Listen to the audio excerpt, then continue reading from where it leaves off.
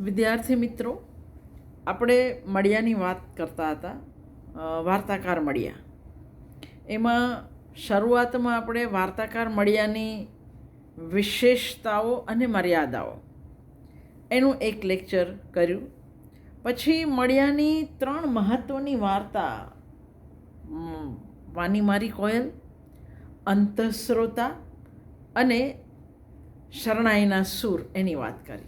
હવે ત્રીજા લેક્ચરમાં મળિયાની જેટલી પણ વાર્તા બાકી રહે છે એની આપણે વાત કરીશું. પરદેશની વાત સાંભળીને, છાપાના સમાચાર વાંચીને વાર્તા લખી હોય, જો એવું હોય તો મળિયા નીચે અચૂક નોંધ મૂકતા. દાખલા તરીકે ખીજડીએ ટેકરે, અથવા તો કાળી રાત, કાળી ઓઢણી, કાળી ચીસ. આ બંને વાર્તામાં એમણે નીચે નોંધ મૂકી છે. ખીજડીએ ટેકરે વાર્તામાં કંઈ છાપાળવું રહી નથી ગયું. મને કાળી રાત, કાળી ઓઢણીમાં જરાક છાપાળવું લાગે, પણ ખીજડીએ ટેકરે બિલકુલ સાદ્યંત સરસ વાર્તા બની છે. વાર્તા સાંગોપાંગ કલાત્મક રીતે લખાય છે. ભોજો કોળી, એનો તરબૂચનો વાડો, રીંગણી બાળી નાખે એવી ટાઢ અને થીગડાના થર ઘસાઈ ગયેલા કપડાની વાતથી બહુ જ ટૂંકમાં મળિયાએ આ કુટુંબની કારમી ગરીબી આપણને દેખાડી છે. પોતે ભલે ટાઢે ઠરે, પણ એ પોતાના છોકરાઓને ટાઢે ઠૂંઠવાતા નહોતો જોઈ શકતો.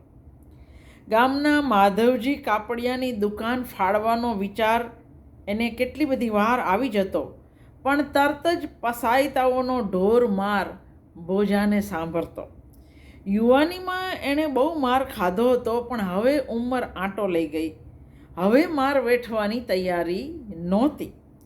ભોજાની ઝૂંપડીની પાસેનો એક ટેકરો, જેનું નામ ખીજડીયો ટેકરો છે, એ મૃત બાળકોને દાટવા માટે વપરાતો. ગામના પોસ્ટમાસ્ટરના ઘરે ઉપરા ઉપર દીકરીઓ પછી દીકરો જન્મેલો. આપણે જાણીએ છીએ કે દીકરાનું કેટલું મહત્ત્વ છે. એટલે ઘણી બધી દીકરીઓ પછી દીકરો જન્મ્યો, પણ મૃત દીકરો જન્મ્યો. પોસ્ટમાસ્ટરે માધવજી કાપડિયાના હાટેથી ભારે રેશમી કાપડ વેતરાવી એમાં દીકરાના દેહને વીંટાળ્યો. આ 7-8 પડું કપડું ભોજા જેવા નવસ્ત્રાને દેખાયા વગર રહે ખરું? અચાનક જ ભોજાને વિચાર આવે છે કે લુગડા તો આ ટેકરાના પેટમાં ગાંસડા મોઢે દટાયા છે. બસ હાથ અજમાવો એટલી જ વાર છે. રાત્રે અવરજવર બંધ થઈ, સીમમાં સોપો પડી ગયો. એ સાથે ભોજો પાવડો લઈ ટેકરા પર ચડી ગયો. ખાતર પાડવાના લાંબા મહાવરાને કારણે કપડું જરાય ફાટે નહીં એમ એણે કપડાં સોતું બાળક ઊંચકી લીધું. પણ ઊંચકવાની સાથે જ ભોજો ફડકી ઉઠ્યો, ભડકી ઉઠ્યો. હાડ માંસનો એ લોચો સળવળતો હતો. કંઈક ચરિત્ર થયું એવું માની ઘડીક તો ભોજો ડર્યો, પણ બાળક રડીને સીમ ગજાવે એ પહેલાં ત્યાંથી નીકળી જ જવું પડે. એક ક્ષણે કપડું લઈ બાળકને પાછું દાટી દેવાનું પણ ભોજાને મન થયું, પણ તરત જ પાપ લાગે એ પાપના ભયે પાછો પડે છે. જો જેણે યુવાનીમાં ચોરી કરેલી એને પણ બાળક મારવામાં તો પાપ લાગે. એટલે આપણે માણસ તરીકે ભોજો કેટલો ઊંચો છે એ જોઈ શકીએ. અડધી રાતે પોસ્ટમાસ્ટરની ડેલી ઉઘડાવતો ભોજો પોતાનો ગુનો વિસ્તારથી કબૂલે છે, પણ હરખથી ઘેલા થઈ ગયેલા દંપતી તો ઇનામ આપવાની વાત કરે છે. જેલમાં જવાના ડરે થરથરતો ભોજો કહે છે, મોટા સાહેબ, ઇનામ લેવા સારું ટેકરે નહોતો ચડ્યો, પણ ઘરની બાયડીની આબરૂ ઢાંકવા લુગડાનો લીરોય નથી ઘરમાં. એક જોડ લુગડા અપાવો તો એ જ ઇનામ ગણીશ.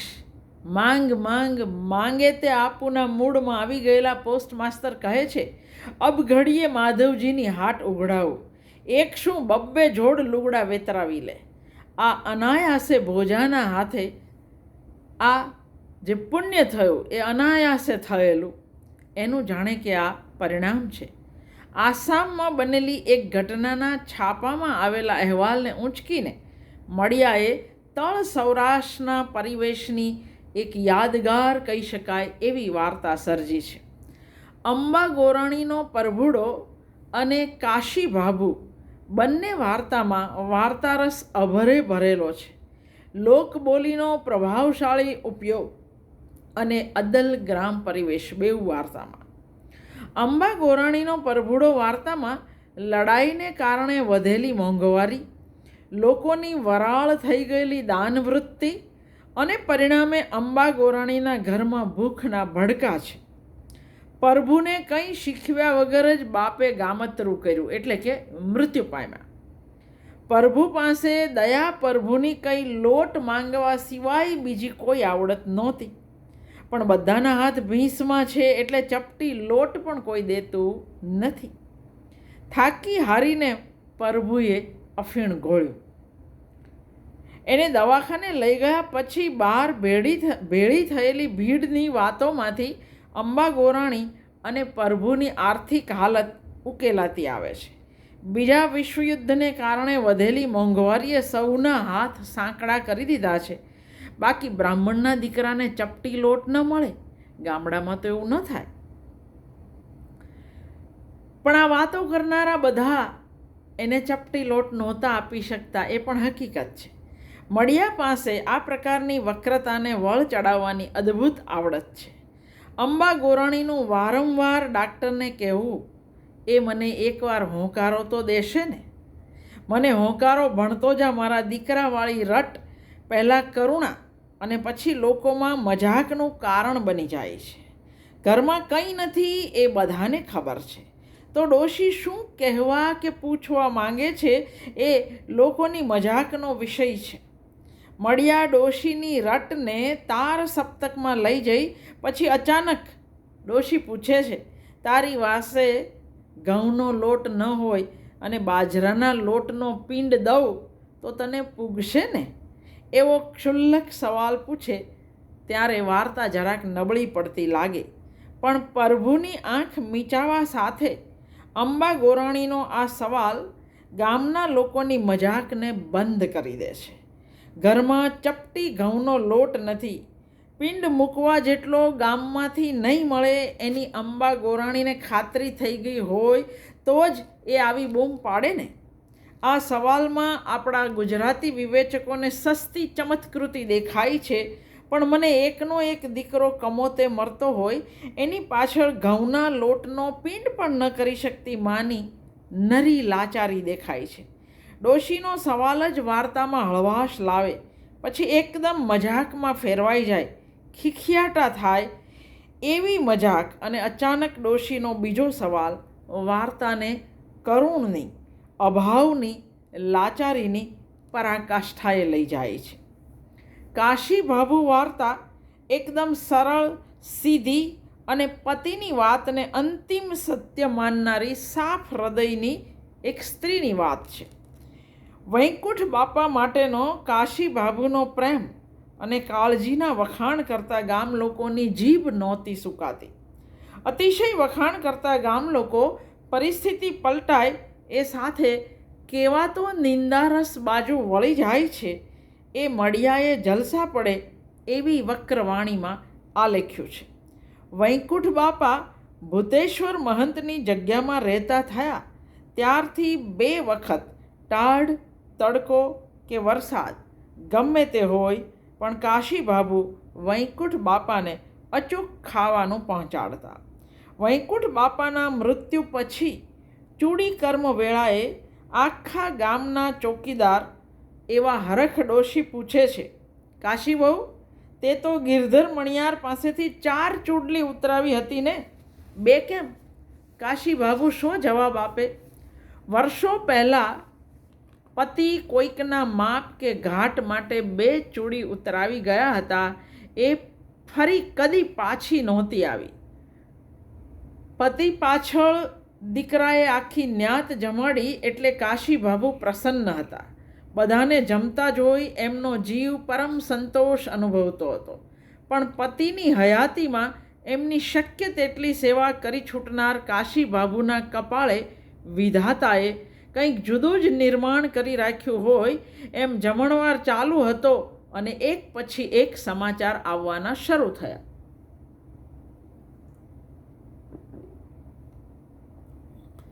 ભૂતેશ્વરની જગ્યામાં પોલીસે દરોડો પાડ્યો છે. શંકરગીરી મહંતને હાથકડી પહેરાવી. મંદિરના ભોંયરામાંથી હથિયારોને ઢગલાબંધ કારતૂસ નીકળ્યા છે. મહંતની મઢીમાંથી એક કોળણ પણ નીકળી છે. અને કુતૂહલ પ્રિય ગામ જમવાનું પડતું મૂકી પોલીસ ચોકી તરફ વળી ગયું. એ બધાની મોખરે પેલા હરખ ડોશી હતા. સમાચારો આવતા જતા હતા. જીથુડા બારવટિયાને મહંતની જગ્યામાં આશરો મળતો. આટલા ગામ ભાંગી બધું ઘરેણું ગાંઠું ભૂતેશ્વરમાં ભેગું કર્યું હતું ને લોકો સમીકરણ બેસાડવા માંડ્યા. વૈકુંઠ બાપા ભક્તિ નહોતા કરતા, પણ દીકરા ધનજી સાથે મળીને સોનું ઠેકાણે પાડતા હતા. એટલે ધનજી રાતની રાત ભૂંગળી ફૂંકે રાખતો. પાતી કોળણ અને વૈકુંઠ બાપાને તો જૂનો નાતો. ગામને જમવા કરતાંય આમાં વધારે રસ પડ્યો. એટલે કાશીબાબુને તો બિચારાને રાંધ્યા ધાન રજળી પડ્યા એનું દુઃખ વધારે છે. સોનીની સદગતિ નહીં થાય એ ભય એમના હૈયાને વલોવતો હતો. એમાં પાછા હરખ ડોશી સમાચાર લઈને આવે છે કે પાતી કોળણને કાંડે જે 2 ચૂડલી છે એ કાશીવહુની જ છે. આ પતિ પરાયણ સ્ત્રીને હરખ ડોશીના કહેવાનો અર્થ સમજાતો હતો, પણ એમની અકળામણ સાવ જુદી વાતે છે. પતિએ આવી સ્ત્રીને રાખી, આવા કાળા કામ કર્યા વગેરે બાબતે વૈકુંઠ બાપા પર અકળાવાને બદલે એમનું હૈયું એક જ વાતે કલ્પાંત કરતું હતું, મારા એ 2 ચૂડલા ભાંગ્યા કેમ નહીં? પાતી કોળણે પહેર્યા તો ભલે પહેર્યા, પણ સોની દેવ થયા ત્યારે એ ચૂડલી ભાંગી કેમ નહીં? સોનીની સદગતિ નહીં થાય એવો એમનો ભય બેવડાય છે. વાચકને કદાચ અંબા ગોરાણી કે કાશીબાબુ એક જ બીબામાંથી ઘડેલી 2 નારી લાગી શકે. બંને વાર્તામાં મળ્યાની હળવી રગે ગામ લોકો પાસે જે વાતો કરાવી છે એ તો કમાલ છે. બોલીની કમાલ તો ખરી જ, સમાંતરે જનમાનસને મળ્યા કેવું આબાદ ઉકેલી શકતા એનો પણ વાંચનારને અનુભવ થાય છે. કમાઉ દીકરો અને ધણખોટ બંને વાર્તામાં પશુઓના વર્તનનું, એમના જાતીય આવેગોનું મળ્યા એક જાણકારના અધિકારથી આલેખન કરે છે. કમાઉ દીકરોમાં કવિન્યાય બાબતે વાચકને પ્રશ્ન થઈ શકે. લખુડાએ તો પોતાના અકાળે મૃત્યુ પામેલ દીકરાની જગ્યાએ ગણેલો પાડો રાણો લખુડાને મારી નાખે અને 8 આના માટે રાણાની ચરમ સીમાએ પહોંચતી અતૃપ્તિને ન પારખતા ગલાશેઠ એને બાંધવા કહે તોય બચી જાય. પાડાને પાંજરાપોળ નહીં જ મૂકવું એવું વારંવાર કહેનાર ગલાશેઠ પાડાનો ખોરાક વધ્યો એ સાથે એને પાંજરાપોળ મૂકવા ચાલ્યા. એ સમયે રસ્તામાં મળેલા લખુડા ગોવાળની પારખું નજરે પાડાનું હીર પારખી લીધું. ગલાશેઠને પણ પાડાને પાંજરાપોળ મૂકવાના નીચા ઝોણામાંથી તો બચવું જ હતું. એમને એક કાંકરે 2 પક્ષી મરતા હતા. એણે પાડો પણ આપ્યો અને સાથે પૂછ્યું, દવરામણના પૈસા આવે એમાંથી મને કેટલું જડે? લખુડો વેપારી તો હતો નહીં, એટલે એણે તરત કહી દીધું, દવરામણના અડધા ફદિયા તમારા અને અડધા મારા. લખુડાના રાણાની દવરામણ બાબતે ખ્યાતિ ગામ પરગામમાં પહોંચી. લોકો દૂર દૂરથી એમની ભેંસો દવરાવવા આવવા લાગ્યા. શેઠ કંઈ પણ કર્યા વગર અડધા પૈસા લઈ જતા તોય લખુડો 2 પાંદડે થયો. લખુડાને તો રાણાએ જતી જિંદગીએ સુખનો રોટલો અપાયો હતો અને મૃત દીકરાની ખોટ વિસારે પાડી હતી. એટલે જ લખુડો પાડાને મૃત દીકરાના નામે રાણો કહેતો. લખુડો જિંદગીમાં પરિતૃપ્તિની પળે હતો ત્યારે બરાબર બાજુના ગામ પટેલ જાતે ચાલીને એમની ભેંસ દવરાવવા આવ્યા. બપોર ઢળે ભેંસ અને પાડો રાણો બેઉ તૈયાર લાગ્યા ત્યારે અચાનક ગલા શેઠ ભાવ વધારી દીધો. ગામ પટેલે ના પાડી. રાણો લખુડાના હાથમાંથી રાશ છોડાવવા ધમ પછાડા કરતો હતો. એ ગલા શેઠને વિનવે છે, પણ શેઠ તો અરે 3 રૂપિયાની માથે એક આનો લટકાનો આપવો પડશે, 7 વાર ગરજ હોય તો આવો, એવું કહી તોર દેખાડી રહ્યા હતા. પટેલ તો તેરે કો માંગન બહોત તો મેરે કો ભૂપ અનેક એમ કહીને ચાલવા માંડ્યા. ઢોરના પારખું લખુડાએ શેઠને વિનવ્યા. શેઠ 8 આનરડીના લોભમાં પડો માહ, ને આ જનાવરની આંખ સામે જરાક તો નજર કરો. પણ શેઠ તો પાડાની નાકર તોડા સાથે બાંધવાનો આદેશ આપે છે. ગામના લોકો રાડ પાડે છે, જોજે લખુડા એવું કરતો નહીં. રાણિયાની આંખ ફરી ગઈ છે, પણ લખુડો તોય એ હિંમત કરે છે. રાણાનો જાતિ આવેગ એના ફૂંફાડા વધી ગયા છે. એની આંખ સાવ ફરી ગઈ છે. વિફરેલો રાણો માથું વીંજે એ સાથે નાકમાંથી લોહીનો દરેડો વછૂટે છે. પેલી નાકર જે તોડા સાથે, તોડો એટલે પગમાં પહેરાવેલો, પણ માથું વીંજે સાથે છૂટી જાય. નાકમાંથી લોહીનો દરેડો વછૂટે. પણ એની અતૃપ્તિની પીડા સામે નસકોરાની વેદનાનું શું ગજું? લોહી નીતરતા નસકોરે રાણાએ હળી કાઢી ત્યારે ગામ લોક, ગલા શેઠ, ગામ પટેલ બધા દુકાનના ઓટલે કે આમ તેમ સલામત સ્થળે ખસી ગયા. દોડી રહ્યો તો એકલો લખુડો. દોડી દોડીને હાંફી ગયેલા લખુડાને દિશા નહોતી સૂઝતી. કાળને અને પોતાને હાથવેંતનું છેટું છે એ હકીકતનું ભાન થતાં એના ગુડા ગળી ગયા. લખુડાને કચડી પાંસળીઓનો ભૂક્કો બોલાવી એના આંતરડાને શિંગડે ચડાવતા રાણાના દૃશ્યથી ન ધરાયેલા મળ્યા વાર્તાનો અંત અતિશય જુગુપ્સક આપે છે. લખુડા પર પોતાનો બધો ગુસ્સો ઠાલવતો રાણો એની જાતીય અતૃપ્તિ જાણે કે આ રીતે ઠાલવે છે. મળ્યા લખે છે, આવળના એ ખાબોચિયામાં લખુડાના ઊના લોહીનું જે પાટોળું ભરાણું એમાં રાણાએ ખદબદતો પેશાબ કરી બધું સમથળ કરી નાખ્યું. આવો જુગુપ્સક અને છતાં પ્રભાવક અંત વાર્તાની કિંમત વધારી દે છે. જેને દીકરો માન્યો હતો એ પાડાએ જ લખુડાની હત્યા કરી. કેવું તો એબ્સર્ડ! જે વાર્તા પરથી કેતન મહેતાએ મિર્ચ મસાલા ફિલ્મ બનાવી એને અતિશય જાણીતી કરી દીધી, એ વાર્તા અભુ મકરાણી 2-3 બાબતે મહત્ત્વની વાર્તા છે. જીવન ઠક્કરના ડેલે ગામની 15-20 સ્ત્રીઓ તમાકુ ખાંડવા ચાળવાનું કામ કરતી હતી. અભુ મકરાણી વર્ષોથી આ ડેલાનો રખેવાળ હતો. ડેલામાં કામ કરનારી સ્ત્રીઓના સુખ દુઃખ આમ તો લગભગ સરખા જ હતા, છતાં એકમેકની ઢાલ બનીને ઊભા રહેવાની દાનત ઝાઝી વિકસી નથી. ગેમી નામની રૂપાળી યુવતી પર થાણેદારની નજર બગડે છે. ગેમી એના હાથમાંથી છટકી દોડતી હાંફતી ડેલામાં પહોંચી અને અભુ મકરાણી એને કંઈ પૂછે ગા છે એ પહેલાં ગેમી જોશભેર ગળકબારીનું બારણું બંધ કરી ઉપર આગળો ચડાવી દે છે. જીવનના અનેક રંગ જોઈને બેઠેલ અભુ મકરાણી વાત સમજી ગયા. થાણેદારે મોકલેલા સંત્રીઓને અભુ કહી દે છે, ગેમીને નહીં સોંપો. ઉપરથી હિંમતભેર એમ પણ કહે છે, થાણેદાર તો આ બધી બાયુના માવતર કહેવાય, દીકરીઓ ઉપર બાપ નજર ન બગાડે. સંત્રીઓને સત્તાનો કેફ છે એટલે કહે છે કે ડોસા તારી વાયડાઈ બંધ કર, કે પછી સાંકડા ભોણમાં આવ્યા વિના એરું પાંસરો નહીં ચાલે, એવી તોછડાઈ કરે છે. સંત્રીને પાછા વાળીને અભુ ગેમીને માથે હાથ મૂકી અભય વચન આપે છે.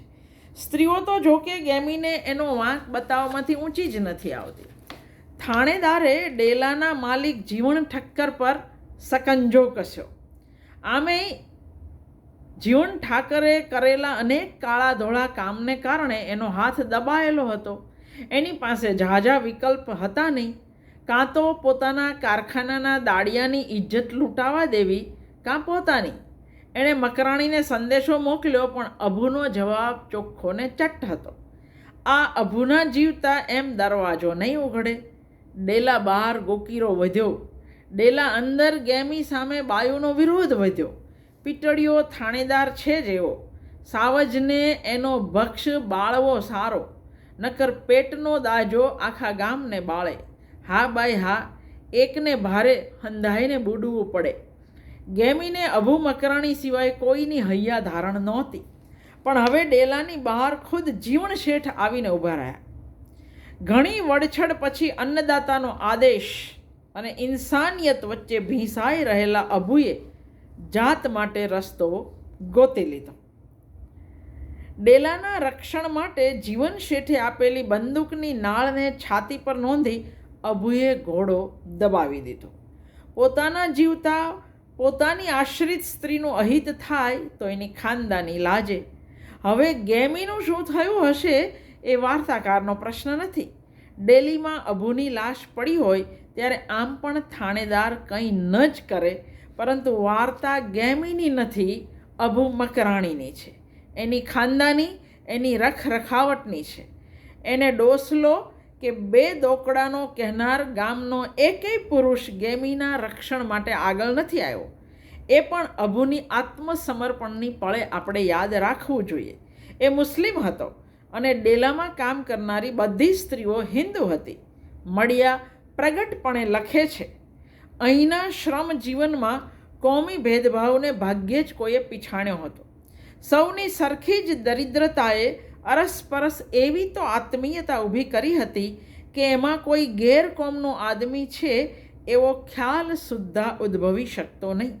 બહુમતી લઘુમતી કોમ, આત્મનિર્ણયનો અધિકાર કે પક્ષીય રાજકારણના પ્રશ્નો કરતાં અનેક ગણો વધારે અગત્યનો અને તાત્કાલિક ઉકેલ માંગતો પ્રશ્ન એ પેટનો ખાડો પૂરવાનો પ્રશ્ન હતો. પેટના અર્થકારણ પાસે રાજકારણ જાણે કે વામણું અને વહરું લાગતું હતું. આ મળિયા બહુ સ્પષ્ટ શબ્દોમાં આ સમયગાળામાં કહે છે, જે આપણે આજે પણ સમજવા તૈયાર નથી.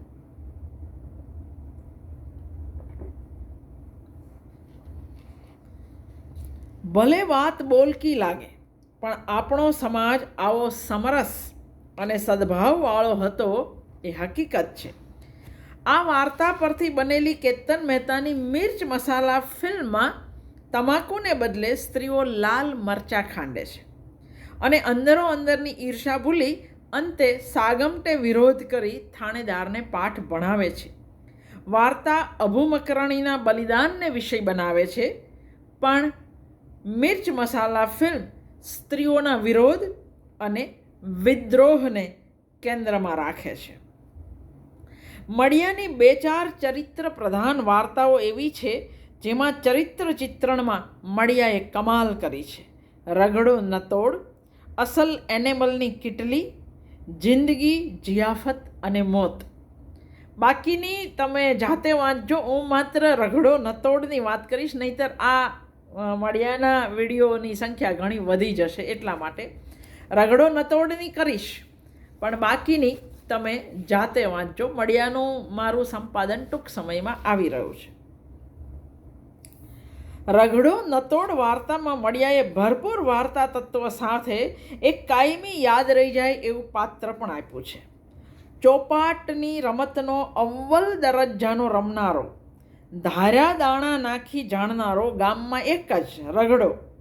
ગામના ચુનંદા રમનારાઓને પણ રગડે નતોડિયું ખવડાવેલું, પણ ધીરે ધીરે ધાર્યા દાણા નાખી શકતો દરેકને નતોડિયું ખવડાવતા રગડાનો તોર અને અભિમાન વધતા ગયા. આસપાસના ગામોમાં પણ ચોપાટની વાત નીકળે એટલે લોક બોલી ઉઠતું. રમી જાણનાર તો એક રગડો સીમા વદરવાળો જ, બીજા બધા એનાથી હેઠ. ધીરે ધીરે રગડાનો તોર એટલી હદે વધી ગયો કે ગામના દરબાર કાથડભી બાપુના ડેલે રમવા જવાની પણ એણે ના પાડવા માંડી. પોતાને ચોપાટનો સમ્રાટ માનતો રગડો રમવા માટે ખાસ લાલ રંગની સોગઠીઓ ઉતરાવે છે. જેને ચોપાટની રમત ખબર હશે એને ખબર હશે કે એ સોગઠીઓ લાકડાની બનેલી હોય. અભિમાન આભે પહોંચ્યું ત્યારે એને દિગ્વિજય કરવાનો ધખારો પડ્યો. તમામ હારનારની સોગઠી પર એ પોતાની લાલ સોગઠીથી ટચાકો મારતો. પોતાની સોગઠી પર પડતા ડાઘ રગડાને અમૂલ્ય ઇનામ જેવા લાગતા. કાથડભી બાપુને નતોડિયું ખવડાવતા રગડાના વર્તનને ઝીણવટથી આલેખતા મળિયાએ રગડાની માનસિકતાને એની તોરીલી બોલીથી મૂર્ત કરી છે. નતોડિયું આપ્યા પછી ગામના દરબારને કઢી ચાંટો ચોપાટ રમવાના તમારા ડાચા કહે છે એમ કહીને ઊભા થતા રગડાએ કાથડભીનું કેટલું મોટું અપમાન કર્યું એ તો જે સૌરાષ્ટ્રમાં રહેતા હોય એને જ સમજ પડે. દરબારને કઢી ચટ્ટા કહેવા એનાથી મોટું બીજું કોઈ અપમાન નહીં. આવી કારમી હાર પછી કાથડભી બાપુને કહુંબો ઝેર થઈ પડ્યો. ગળેથી ધાનનો કોળિયો હેઠે નથી ઉતરતો અને રગડો મૂછે વળ દેતો મને નતોડિયું દેવાવાળો તો હજી એની માના પેટમાં હશે, કોની માએ સવાશેર સૂંઠ ખાધી છે એમ કહેતો ફરતો. કાથડભી બાપુના ભાણેજને આ સમાચાર મળ્યા એટલે એ મારતે ઘોડે બાપુને આશ્વાસન દેવા અને રગડા સાથે હિસાબ બરાબર કરવા આવી ચડ્યા. પણ રગડો નિમંત્રણ નકારતા કેમ જાણે ધીંગાણે ચડવાનું હોય એમ કહેવડાવે છે. એને ખબર છે આ રગડો ડેબા ભાંગી નાખશે. હવે આ કંઈ યુદ્ધ થોડું હતું, ધીંગાણું થોડું હતું, પણ રગડાને એવો તોર આવી ગયો છે. એને ખબર છે કે આ રગડો ડેબા ભાંગી નાખશે. જા ભાઈ જા, ભાણાભાઈને કહે કે રગડા હારે ચોપાટ રમવા કરતાં છોકરીઓ હારે છબા રમી લે, હજી મૂછનો દોરો ફૂટવાને વાર છે. પણ બાપુએ તો વળતો પડકાર કર્યો, મરદનો દીકરો હો તો ભાણાભાઈ સામે પડમાં આવી જા, નહીતર નતોડિયું ખાધું એવું કબૂલ કર. અને સૌના આશ્ચર્ય વચ્ચે ભાણાભાઈને ધાર્યા દાણા પડ્યા અને રગડાના ભાગે નતોડિયું ખાવાનો વારો આવ્યો. રગડો એ હાર ન ખમી શક્યો એટલે જ્યારે લોકોએ બધાએ બૂમ પાડી રગડો નતોડ, ત્યારે એ પણ બધાની સાથે રગડો નતોડ એવી બૂમ પાડી ઉઠ્યો. એનું ચસકી ગયું. મળિયાએ વાર્તા એવી તો સરસ ગૂંથી છે કે વાચક અનાયાસ વાહ બોલી ઉઠે. રગડાનો વધતો જતો તોર એના અભિમાન ભર્યા બોલથી મળિયાએ એવી રીતે આલેખ્યો છે કે રગડાના પાત્રનો આવો કરુણ અંત ભાવકને જરાય સ્પર્શતો નથી. રગડાની દયા ખાવાને બદલે ભાવક તો બબડવાનો કે ગરવ કિયો સોઈ ન રહાયો. જિંદગી જિયાફત અને મોત એ વાર્તામાં નેમા નોતરિયા જેવું અદ્ભુત પરગજું અને ખાઉધરું પાત્ર નિરૂપવામાં જ મળ્યા અર્ધી બાજી મારી ગયા છે. ગામમાં કોઈને સાજે માંદે પરણ મરણમાં જરૂર પડે તો નેમો હાજર જ હોય. નેમાની મુખ્ય કામગીરી હતી ઘેરે ઘેરે જઈ શુભ કે અશુભ બંને પ્રસંગે જમણવારના નોતરા આપવાની. મળિયા વાર્તાનો આરંભ હળવી રગે કરે છે. આખી વાર્તા હળવાશથી કહેવાય છે અને તોય વાર્તાનો અંત આપણા મનને અતિશય ભારે કરી દે એવો છે. અસલ એનેમલની કેટલી વાર્તા પણ કિરપા ગોરના પાત્રને કારણે એક યાદગાર વાર્તા બની છે. આ ચરિત્રને ચા, અફલાતુન હોટલ અને એનેમલની ઐતિહાસિક કેટલી વાર્તા બનવા સુધી લઈ જાય છે. પણ માત્ર આટલું જ નથી, આ વાર્તામાં બીજું ઘણું એવું છે જે એને યાદગાર વાર્તા બનાવે છે. મારી નાનપણની બહુ જ ગમતી વાર્તા જે તમે જાતે વાંચી શકશો.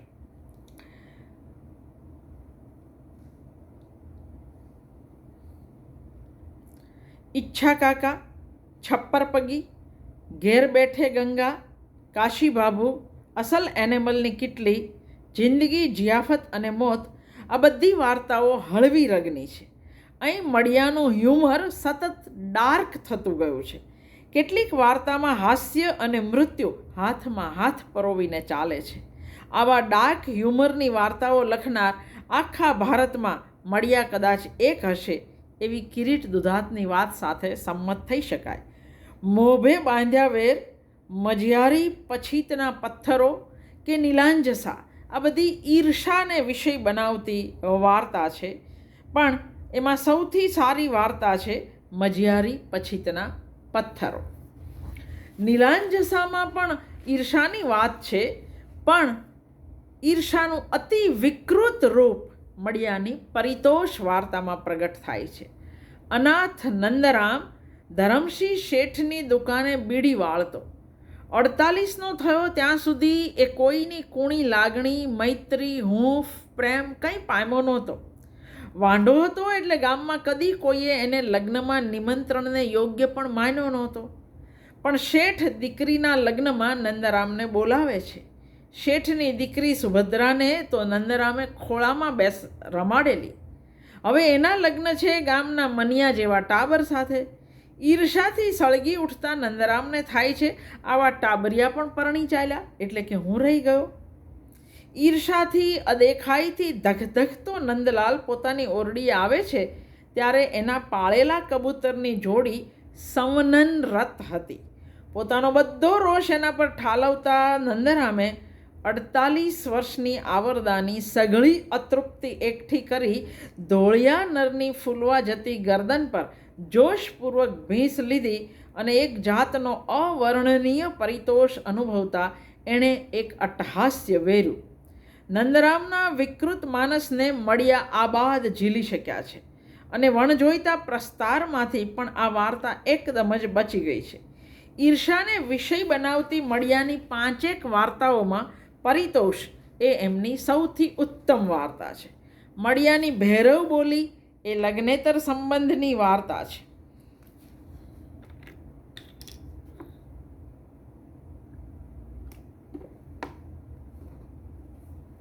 મળિયાની વાર્તાઓમાં એમનો કાળખંડ અનેક રીતે પડઘાય છે. નાત જાત આભડછેટ એકથી એમની એક કરતાં વધારે વાર્તામાં આલેખાય છે. આપણે હંમેશા રાવી પાઠકની ખેમીને યાદ રાખી પણ મળિયાની રાજીને વિસારે પાડી. રાજી એ કાળખંડની વાત કરે છે જ્યારે ડબ્બાવાળા સંડાસ હતા. માથે મેલું ઉપાડવાનો અમાનુષી રિવાજ હતો. જમાદાર ઈચ્છે તો દલિત સ્ત્રીએ સમર્પિત થવું પડતું એવા કાળખંડમાં રાજીએ જે હિંમત કરી એ દાદ દેવી પડે એવી. એનો વર ઉકલો પોતે કંઈ કમાતો નહીં અને તોય નજીવી બાબતે રાજીનો બરડો ફાડતો. પણ રાજી કહેતી એની બહેનપણીઓ પૂછે તો મારે તો ધણીના હાથનો માર ખાવામાં શાની શરમ. રાજી જે કાળખંડમાં આવો જવાબ આપે છે ત્યાં સવર્ણ સ્ત્રી કે દલિત સ્ત્રી બેઉના જવાબ સરખા જ હતા. પતિનો બેશુમાર માર ખાધો, ભૂખી તરસી રહી, છેલ્લે કૂએ પડીને જીવ દીધો, પણ રાજી ધરાર જમાદારને તાબે ન જ થઈ. જમાદારની ધમકી, લાલચ કશું એને ન સ્પર્શ્યું. બાકી વાસના પુરુષો તો એવું કહે છે કે આપણો તો અવતાર જ એવો જડ્યો તે વાળવા તો જવું જ જોઈએ ને. આપણને વળી ઊંચા વર્ણની વાદે ધર્મ હાચવવો ક્યાંથી પોહાય. ઘરના પુરુષ તો ઠીક, રાજીને વાસના કોઈ સ્ત્રી પુરુષનો પણ સાથ ન મળ્યો. સ્ત્રીઓ તો આમેય રાજીના રૂપથી બળતી, પુરુષો જમાદારના ક્રોધથી ફફડતા. રાજી પાસે કૂવો પૂરવા સિવાય એ સમયગાળામાં બીજો કોઈ રસ્તો નહોતો. આ રાજી આપણને યાદ રહેવી જોઈએ. જાત જાળવવા જીવ દીધો પણ સત્તાધીશને તાબે ન જ થઈ એના માટે. હળવી રગે લખવાની મળિયાની ફાવટ એમની વાર્તા અને નવલકથા બેઉમાં દેખાય. વક્રવાણી અને વક્રસૂરથી કામ લેતા મળિયા ક્યારેક ખડખડાટ હસાવી જાય. એમની ઈચ્છા કાકા, બે ઓલિયા, મયો ગોર રૂઠ્યો, ઘર બેઠે ગંગા, ફૂલદડો અને ઢીંગલી, પોટકું, બાપુનું બજેટ, વગડાના વા, તમારી કુંજ, શેષ અવશેષ, દિન પલટાયો, પલટી ઘડી, ફેરફાર અને હું સાંભળી રહ્યો, આ બધી વાર્તાઓમાં મળિયા હળવી રગે વાર્તા રસની લાણી કરાવી શક્યા છે. આપણે ત્યાં હળવી રગની વાર્તાઓ બહુ ઓછી છે ત્યારે મળિયાની આ વાર્તાઓની કિંમત આપણા માટે ઘણી વધારે હોવી જોઈએ. પન્નાલાલ પટેલની જેમ જ મળિયાની લોકપ્રિય થયેલી વખણાયેલી વાર્તાઓ મોટા ભાગે ગ્રામ પરિવેશની છે. પન્નાલાલની જેમ જ નગર જીવનની વાર્તાઓ મળિયાનો કમ્ફર્ટ ઝોન નથી. એમણે પ્રથમ વર્ષા અને પછી અંધારી રાતના અજવાળા, આરસીની ભીતરમાં, કાકવંદ્યા, મોડલ, જીઓ છમિયા, જેકલ સર્કલ, 7 રસ્તા, રાયજીનું રોસ્કોપ જેવી વાર્તાઓમાં શહેરી પાત્રો અને શહેરી પરિવેશ આલેખ્યો છે, પણ આ વાર્તાઓમાં મળિયાની વાર્તાકાર તરીકેની મર્યાદાઓ વધારે ધ્યાન ખેંચે એ રીતે પ્રગટ થઈ છે. મળિયા આપણા મહત્ત્વના વાર્તાકાર છે જ, પણ જો એમણે ટેકનિકનું મહત્ત્વ પ્રમાણ્યું હોત, બધું કહી દેવાનો આગ્રહ ન સેવ્યો હોત, તો એમની યાદગાર વાર્તાઓની સંખ્યા ઘણી મોટી હોત, એ બાબતે કોઈ શંકા નથી. ગુજરાતી ટૂંકી વાર્તાનો ઇતિહાસ મળિયાની વાર્તાઓની વાત કર્યા વગર ન જ લખી શકાય, એ બાબતે બેમત હોઈ જ ન શકે.